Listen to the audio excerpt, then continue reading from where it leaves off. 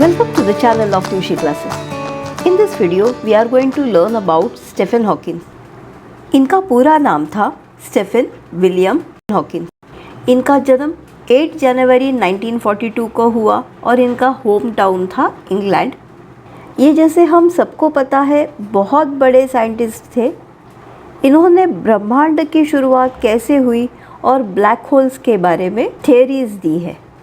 जब वो 21 साल के थे तब उन्हें मोटर न्यूरॉन डिसीज़ डिटेक्ट हुआ था और कहा गया कि वो शायद अगले 2 साल तक जी पाएंगे। जब उनकी बीमारी और बढ़ गई तब उन्हें इलेक्ट्रिक व्हीलचेयर का यूज़ करना पड़ा। इतनी शारीरिक पीड़ा के बावजूद उन्होंने साइंस में बहुत बड़ा योगदान दिया। इन्होंने कई किताबें लिखी जिसमें उनकी थ्योरीज बहुत आसानी से समझ में आती है। उनकी किताब a brief history of time के 10 मिलियन से भी ज़्यादा कॉपीज़ बिक चुकी है। तो ऐसे महान साइंटिस्ट के बारे में हम इस लेसन में पढ़ने वाले हैं। So without wasting much time, let's move to the lesson. Stephen Hawking was born on 8th January 1942.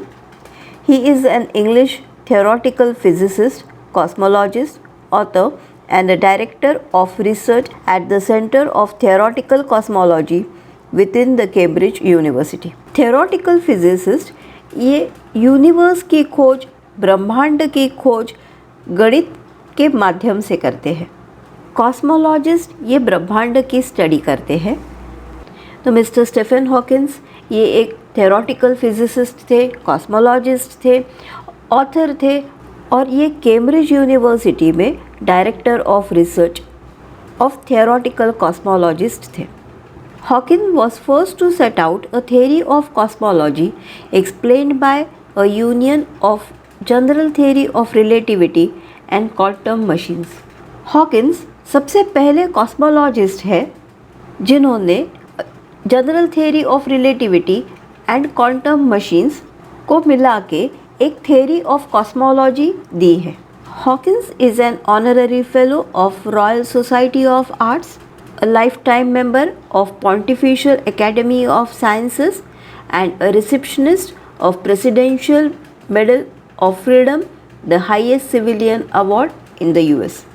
बच्चों, हॉकिंस ये रॉयल सोसाइटी ऑफ आर्ट्स के ऑनररी फेलो रह चुके हैं। इनके पास पॉन्टिफिशियल एकेडमी ऑफ साइंसेस की लाइफ टाइम मेंबरशिप है और ये प्रेसिडेंशियल मेडल ऑफ फ्रीडम जो यूनाइटेड स्टेट्स का हाईएस्ट सिविलियन अवार्ड है, इनके ये प्राप्त करता है, रिसेप्शनिस्ट है। This lesson give us an insight about the great scientist, his life and his work. ये लेसन हमें इस महान वैज्ञानिक के बारे में, उनके जीवन के बारे में, उनके कार्यों के बारे में जानकारी देता है। Stephen Hawkins, born on 8 January 1942, is a British scientist, professor and a author who has done a groundbreaking work in physics and cosmology, and whose books have helped to make science accessible to everyone. Mr. Stephen Hawking ये एक British वैज्ञानिक थे, professor थे, लेखक थे। इन्होंने physics और cosmology में एक ग्राउंड ब्रेकिंग खोज की थी या थियरी दी थी। ग्राउंड ब्रेकिंग का मतलब ऐसा काम जो नावीन्यपूर्ण है, जो पहले कभी नहीं किया गया हो। और इनके पुस्तकों ने विज्ञान को सभी के लिए सुलभ बनाने में मदद की है। At the age of 21, while studying cosmology at the University of Cambridge, he was diagnosed with amyotrophic lateral sclerosis. जब वे 21 साल के थे तो उन्हें एक बीमारी थी, एमियोट्रॉफिक लैटरल सेलोसिस। इसमें मसल्स वीक हो जाते हैं और जिसके वजह से कोई भी फिजिकल एक्टिविटी, कोई भी काम करना बहुत मुश्किल हो जाता है। Part of his life story was depicted in 2014 film the theory of everything. 2014 में इनके जीवन पर एक चित्रपट बना था जिसका नाम था the theory of everything. Over the years, Stephen Hawking has written or co-written a total of 15 books. A few of most noteworthy included Stephen Hawking ने कुल 15 किताबें लिखी है या सहलेखन किया है। को रिटन मतलब सहलेखन। इनमें से उनके कुछ बुक्स बहुत नोटवर्दी है, मतलब बहुत उल्लेखनीय है। In 1988, Hawkins catapulted to international prominence with the publication of A Brief History of Time. 1988 में हॉकिंस ने उनके एक किताब का पब्लिकेशन किया जिसका नाम था A Brief History of Time, और इस किताब के वजह से उन्हें बहुत पब्लिसिटी मिली। बच्चों, कैटापुलेटेड का मतलब होता है to become famous very suddenly. The short informative book became an account of cosmology for the masses and offered an overview of space and time, the existence of God and the future. ये किताब एक informative book थी, इसमें बहुत सारी information थी।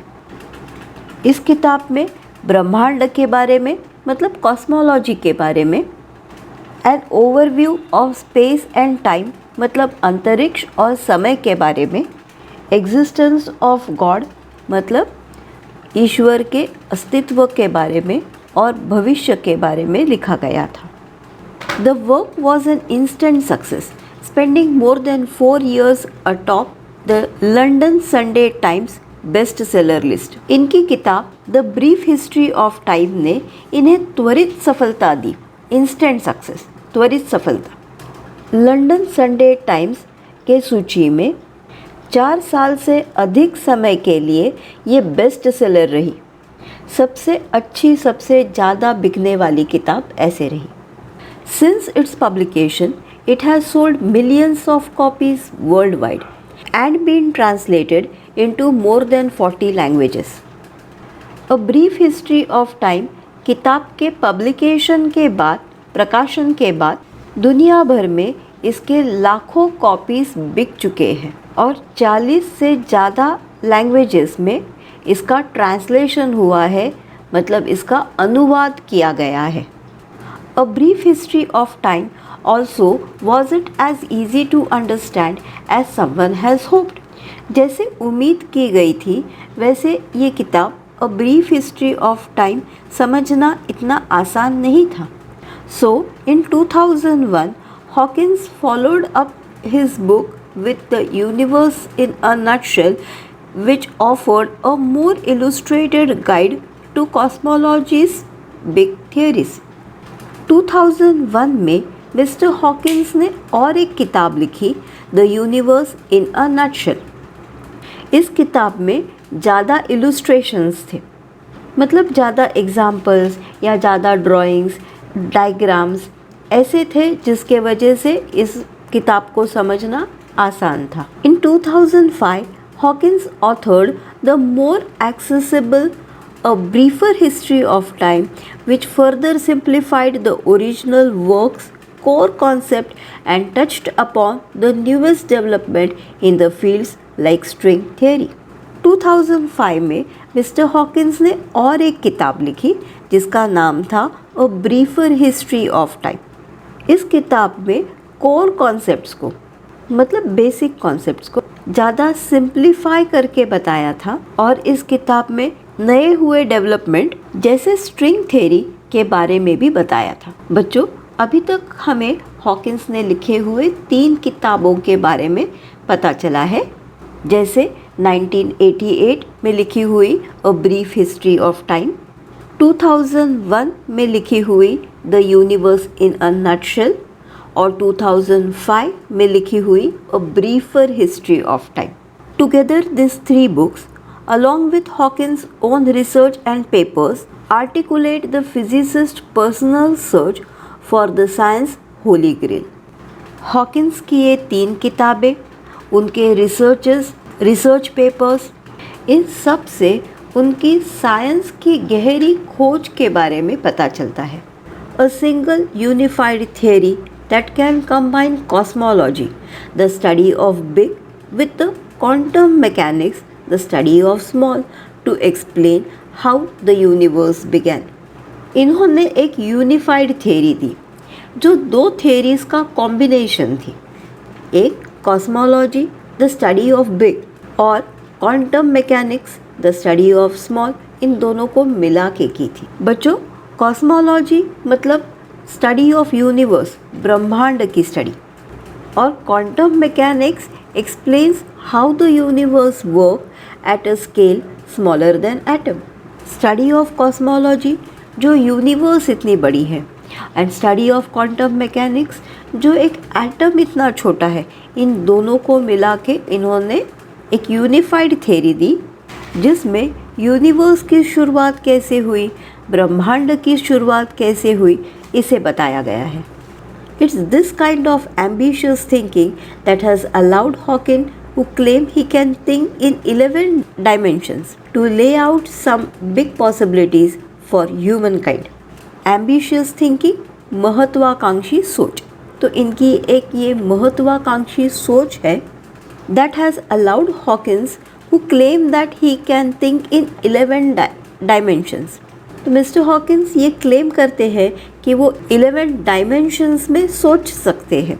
जैसे बच्चों, लाइन ये एक सिंगल डायमेंशन फिगर है, स्क्वायर ये 2 डायमेंशन फिगर है, क्यूब ये 3 डायमेंशन फिगर है। आपने 2D 3D के बारे में तो सुना होगा।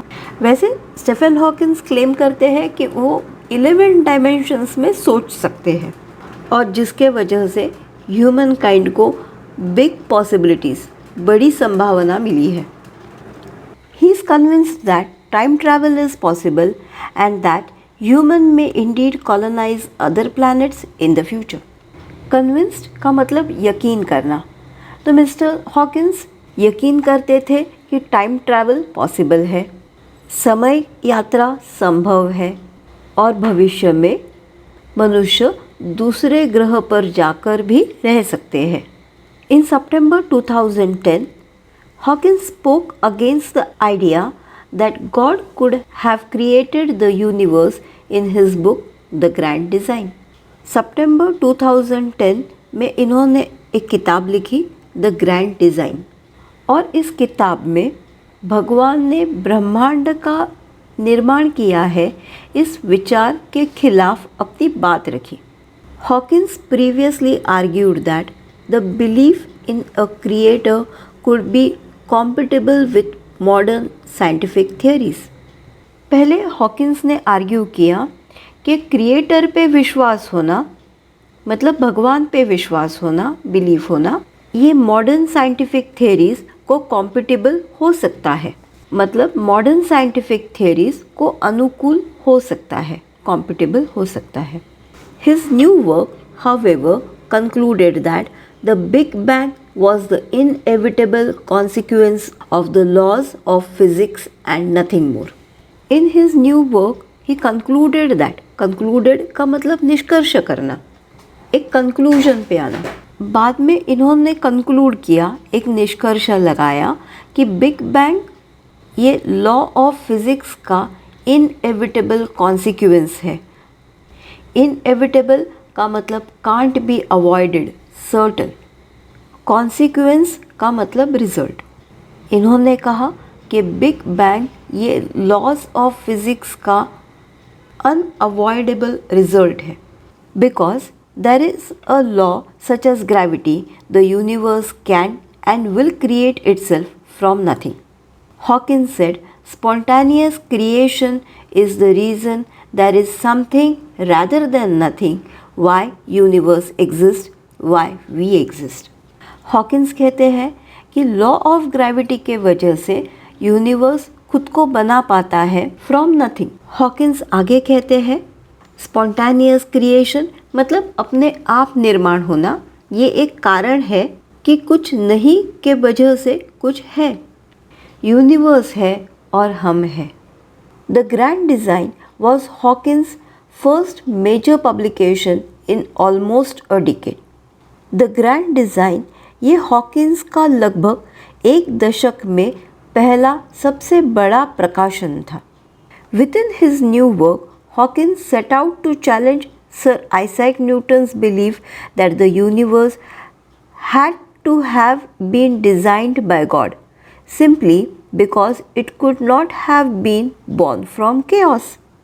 सर आइजैक न्यूटन का विश्वास था कि ब्रह्मांड की रचना भगवान ने की है, क्योंकि इतना बड़ा यूनिवर्स सिर्फ किसी गड़बड़ी के वजह से नहीं हो सकता है, सिर्फ किसी केओस के वजह से नहीं हो सकता है। और सर आइजैक न्यूटन के इस विश्वास को स्टीफन हॉकिंस ने द ग्रैंड डिज़ाइन किताब के द्वारा चैलेंज किया। It is not necessary to invoke God to light the blue torch paper and to set the universe going, Hawkins said. Mister Hawkins कहते हैं कि ये नेसेसरी नहीं है कि भगवान ने एक ब्लू टॉर्च से पेपर को लाइट किया हो और यूनिवर्स की शुरुआत की हो। मतलब भगवान ने यूनिवर्स की शुरुआत की है, ये नेसेसरी नहीं है। At the age of 21, Stephen Hawkins was diagnosed with amyotrophic lateral sclerosis. 21 साल के उम्र में at the age of 21 Stephen Hawkins को एमियोट्रॉफिक लैटरल सेलरोसिस नाम की बीमारी हो गई थी, का बीमारी होने का पता चला था। In a very simple sense the nerves that controlled his muscles were shutting down. इसका मतलब उनके मांसपेशियों को नियंत्रित करने वाले नसें बंद हो रही थी। At the time doctors gave him 2.5 years to live. उस समय डॉक्टर ने उन्हें 2.5 साल का समय दिया, 2.5 years. Hawkins first began to notice problems with his physical health while he was at Oxford. On occasion, he would trip and fall or slur his speech. He didn't look into the problem until 1963 during his first year at Cambridge. कभी कभी mister Hawkins गिर जाते थे, उनकी speech Slur हो जाती थी, उनकी भाषा धीमी हो जाती थी। 1963 में जब वो कैम्ब्रिज यूनिवर्सिटी के फर्स्ट ईयर में थे, तभी उन्हें उनके हेल्थ के बारे में पता चला। For the most part Hawkins had kept these symptoms to himself. तो हॉकिंस ने उनके इन लक्षणों के बारे में किसी को बताया नहीं। But when his father took notice of the condition he took Hawkins to see a doctor. लेकिन जब उनके पिता ने उनके हालत पर ध्यान दिया तो एक डॉक्टर को दिखाने के लिए हॉकिंस को ले गए। For the next 2 weeks, the 21-year-old college student made his home at the medical clinic where he underwent a series of tests. अगले 2 हफ्ते के लिए इस 21 साल के कॉलेज स्टूडेंट ने मेडिकल क्लिनिक में अपना घर बनाया, जहाँ पे उनके बहुत सारे टेस्ट हुए, मतलब बहुत सारे मेडिकल एग्जामिनेशंस हुए। They took a muscle sample from my arm, struck electrodes into me and injected some radio opaque fluid into my spine and watched it going down and down with X-ray and they tilted the bed, he once said. Mister Hawkins कहते हैं कि उन्होंने उनके arm से muscle का एक नमूना लिया, उन्हें इलेक्ट्रॉइड दिया और रेडियो ओपेक फ्लूइड उनके बॉडी में इंजेक्ट किया और एक्सरेज निकाले। After all that they didn't tell me what I had except that it was not multiple sclerosis and that I was a typical case. उन्होंने मुझे क्या हुआ है ये नहीं बताया, सिर्फ ये मालूम पड़ा कि उन्हें मल्टीपल सिरोसिस नहीं है, पर वह एक टिपिकल केस है, वह एक गंभीर मामला है। Eventually, however, doctors did diagnose Hawkins with the early stages of ALS. पर डॉक्टर ने निदान किया कि उन्हें ALS मतलब एमियोट्रॉफिक लैटरल सेलरोसिस नामक बीमारी की शुरुआत है। It was devastating news for him and his family, but a few events prevented him from becoming completely despondent. Devastating मतलब कॉसिंग अ ह्यूज हार्म, भयानक। डिस्पॉन्डेंट का मतलब निराश, हताश, अनहैप्पी। उनकी बीमारी की खबर उन्हें और उनके फैमिली के लिए एक भयानक न्यूज़ थी, लेकिन कुछ घटनाओं ने उन्हें पूरी तरह निराश होने से रोक दिया। The first case of this came when Hawking was still in hospital. There he shared a room with a boy suffering from leukaemia. जब मिस्टर हॉकिंस हॉस्पिटल में थे तो उन्होंने एक लुकेमिया पीड़ित लड़के के साथ रूम शेयर किया था। बच्चों, लुकेमिया का मतलब ब्लड कैंसर। तो मिस्टर हॉकिंस ने हॉस्पिटल में एक लड़के के साथ रूम शेयर की थी और इस लड़के को ब्लड कैंसर हुआ। Relatively to what his roommate was going through, Hawkins later reflected his situation seemed more tolerable. तो जब उन्होंने इस लड़के को देखा तो उन्हें पता चला कि उनकी स्थिति इस लड़के से तो ज़्यादा बेहतर है। Not long after he was released from hospital, Hawking had a dream that he was going to be executed. Hospital में से छूटने के बाद उन्हें एक सपना आया कि वो मरने वाले हैं। He said his dream made him realize that there were still things to do with his life. इस सपने से उन्हें मालूम पड़ा कि उनके जीवन में करने वाले बहुत से चीज़ें हैं। In a sense, Hawkins' disease helped him to become the noted scientist he is today. और शायद इसी बीमारी के वजह से वो इतने बड़े साइंटिस्ट हैं। Before the diagnosis, Hawkins hadn't always focused on his studies.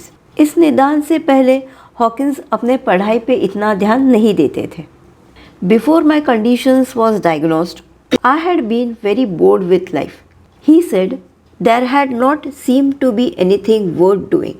Mister Hawkins कहते हैं कि उनका ये निदान होने से पहले वो अपने लाइफ से बहुत बोर हो गए थे। वहाँ कुछ भी करने लायक नहीं था। With the sudden realization that he might not even live long enough to earn his PhD, Hawkins poured himself into his work and research. उन्हें अचानक से एहसास हुआ कि शायद वो अपने PhD पाने तक भी नहीं जिएंगे और फिर उन्होंने अपने काम में और रिसर्च में खुद को डाल दिया। As physical control over his body diminished, he had been forced to use a wheelchair by 1969. The effect of his disease started to slow down. जब उनके शरीर पर उनका कंट्रोल कम होने लगा, जिसके वजह से 1969 से उन्हें व्हीलचेयर का उपयोग करना पड़ा और उसके बाद उनके बीमारी का प्रभाव कम हो गया। Over time, however, Hawkins' ever-expanding career was accompanied by an ever-worsening physical state. समय के साथ हॉकिंस का करियर बढ़ रहा था और साथ ही साथ उनकी शारीरिक स्थिति भी बिगड़ती जा रही थी।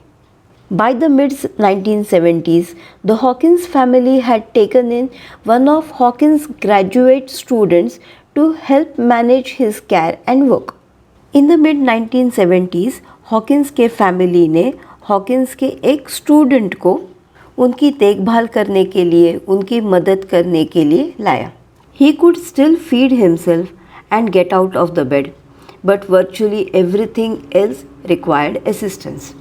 वह खुद खा सकते थे, बिस्तर से निकल सकते थे, पर बाकी सभी चीज़ों के लिए उन्हें सहायता की ज़रूरत थी। In addition, his speech had become increasingly slurred, so that only those who knew him well could understand him. इसके अलावा उनकी भाषा भी बहुत धीमी हो गई थी, स्लरी हो गई थी, ताकि जो लोग उन्हें अच्छी तरह से जानते थे वही लोग उन्हें समझ सकते थे। In 1985, he lost his voice for good following a tracheotomy.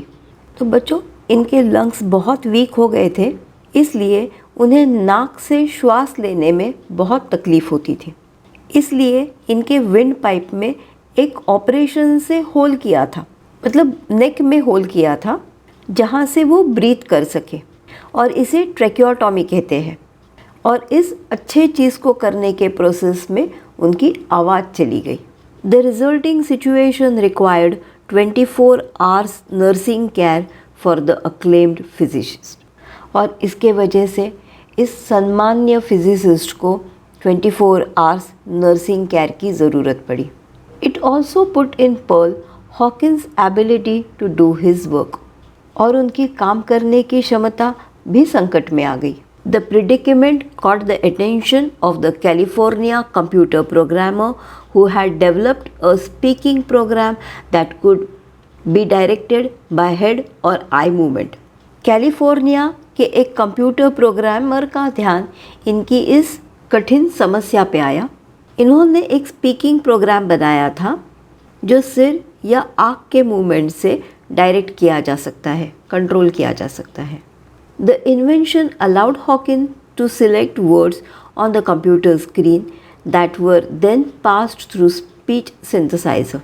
इस इन्वेंशन के वजह से हॉकिंस कंप्यूटर स्क्रीन के ऊपर वर्ड्स सिलेक्ट कर पाते थे जो स्पीच सिंथेसाइजर से पास होते थे. At the time of its introduction, Hawkins, who still had use of his fingers, select his words with a hand-held clicker. इसके शुरुआत के समय में हॉकिंस के हाथ में एक क्लिकर था जिसे वो अपने फिंगर्स से क्लिक कर सकते थे और वर्ड्स को सिलेक्ट कर सकते थे.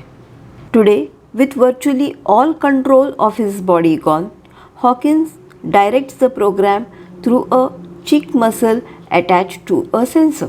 अब जब उनके शरीर का लगभग पूरा नियंत्रण चला गया है तो उनके गाल के मसल को एक सेंसर अटैच किया है, गाल के मांसपेशी को एक सेंसर अटैच किया है और इसके माध्यम से वो प्रोग्राम डायरेक्ट करते हैं.